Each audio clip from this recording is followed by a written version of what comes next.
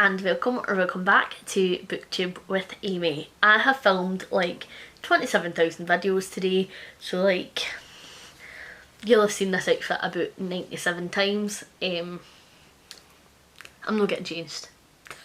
So today I'm going to be doing the last 10 book tags, and I was tagged in this by Jess the Book Freak, who is just like the funniest person ever.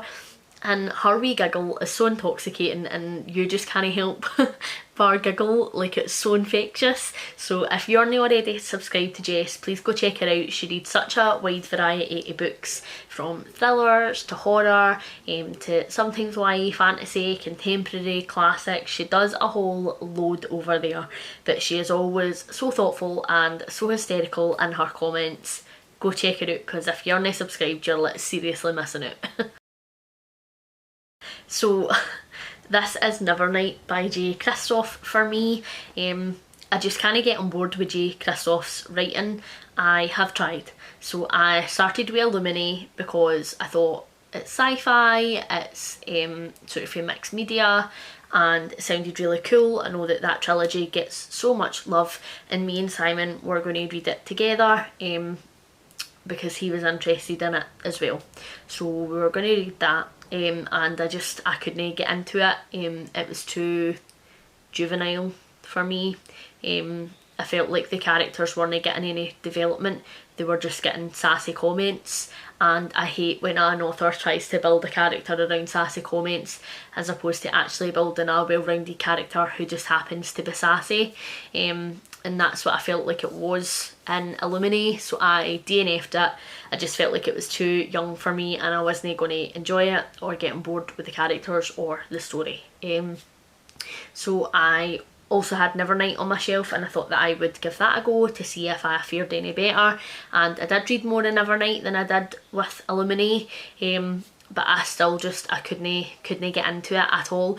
I just didn't buy into the characters, and I'm a very character driven reader, so if you don't make me care about your characters, or I feel like they're not well rounded, I don't even need to like them, but like they can be a villain and they can be a bad guy, and I really enjoy that, as long as I care about them.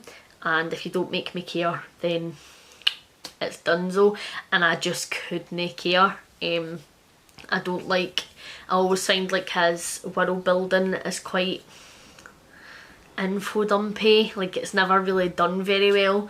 Like his main character and whoever they're talking to, like the person who they're talking to is like, now tell me about this thing, and their main character's like, oh, so you want to know blah blah blah blah blah blah blah blah, and then it's like, oh right, so now we know that. Like, aye, okay pal, it's been done 1,000 times before. I just never really enjoy it. I just find it to be dull, and I hate when things are a bit info dumpy, and I can sort of see through the dialogue that you're just trying to give me information without me knowing that you're giving me information, but I know. So it just wasn't for me, and I don't think that I will ever pick up another J. Kristoff book in my life, because I've tried to DNF them both. I'm not going to waste any more of my money. That being said, I know he is loved on BookTube, but nah, he's just not for me. I find his writing to be very poor, and I didn't enjoy it. The last book I reread was Dead as a Doornail by Charlene Harris, and I reread this as part of my Out of the Coffin read-along that I am hosting this year with Ange from Angie's Book Chatter, where we read a book a month, except from in June where we read 2. And I'm going to get that printed on a t-shirt.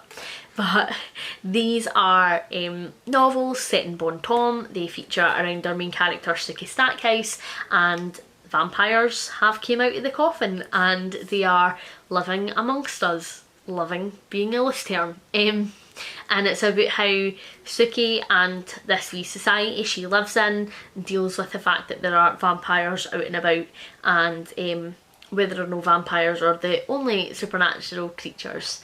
And they're great. They are quite romance heavy. I know, who knew? Me liking romance, but I'm fine with romance if it's paranormal, so these are grand.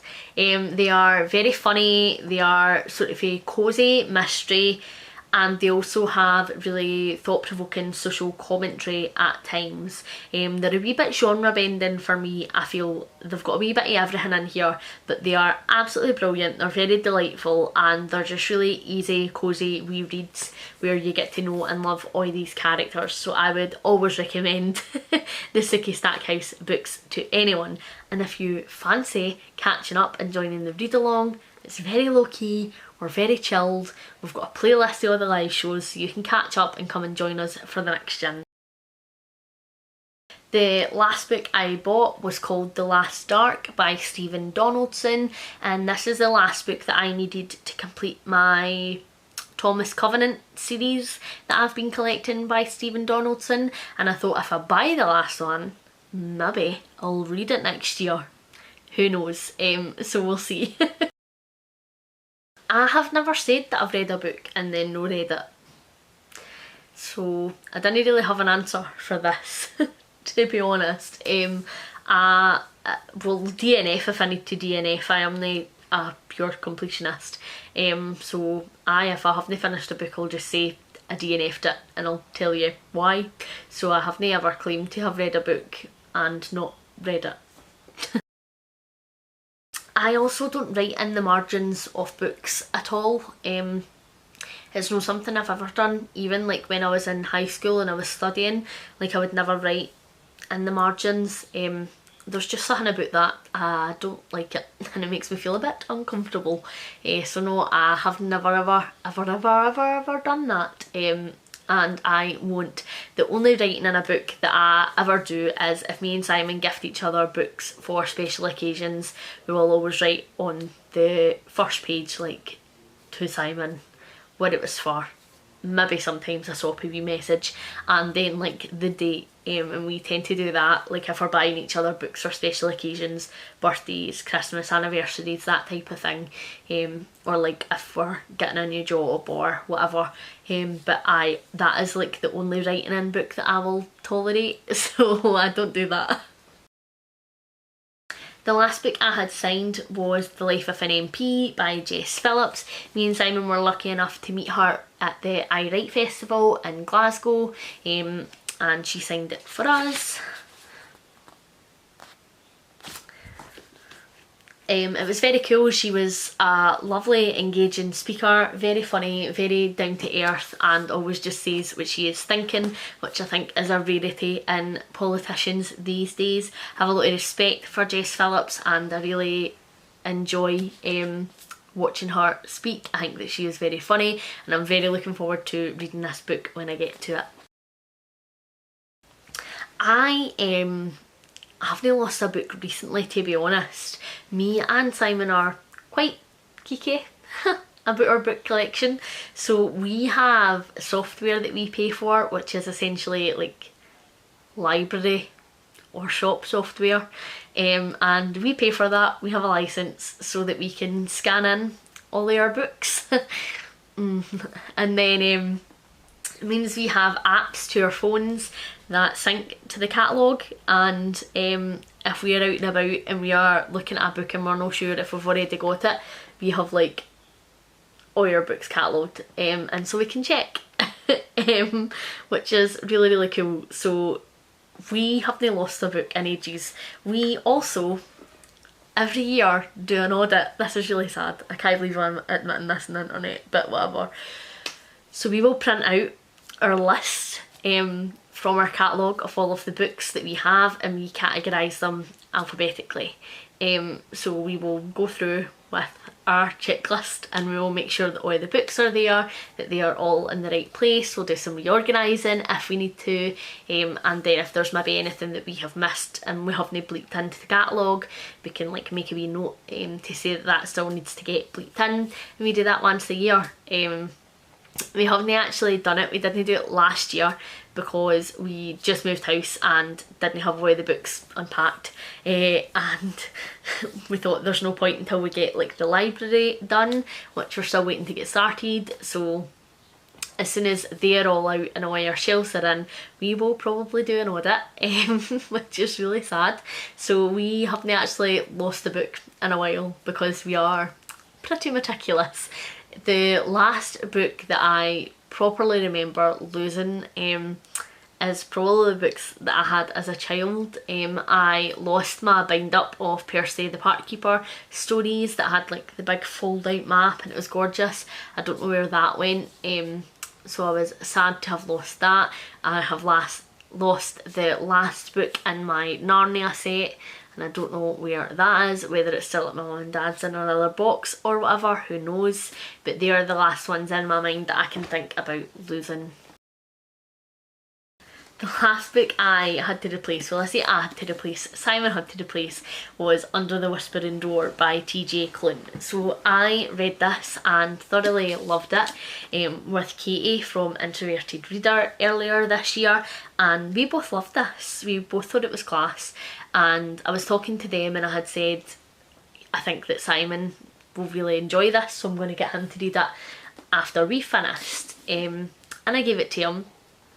And he DNF'd it, and it hurt my heart. But he was reading this in the bath, so not only did he decide to DNF it, he also accidentally dropped my copy in the bath. Yeah, so he had to buy me a new one because the other one was all soggy and mangled and swollen and huge and minging, and I will definitely want to reread this, so he purchased me a new copy. I think Young Mungo by Douglas Stewart is the last book that I properly had an argument over. I buddy read it with Ange from Angie's Book Chatter, Sam from Paper Not Books, Emily from Novell Novels, and Simon. And me and Ange 100% loved it. Simon absolutely hated it, and then Emily and Sam were sort of in the middle, and so we did a live show about it where we sort of spoke through the different merits and downfalls of the book, and got pretty heated between Simon and I. He feels like the book is unrealistic and is basically a bit like misery porn. I felt like it was very realistic to my upbringing in Scotland, and very realistic to many people's upbringings in Scotland, so we had a difference of opinions on that. So I really wanted to read Things Have Gotten Worse Since We Last Spoke by Eric LaRocca.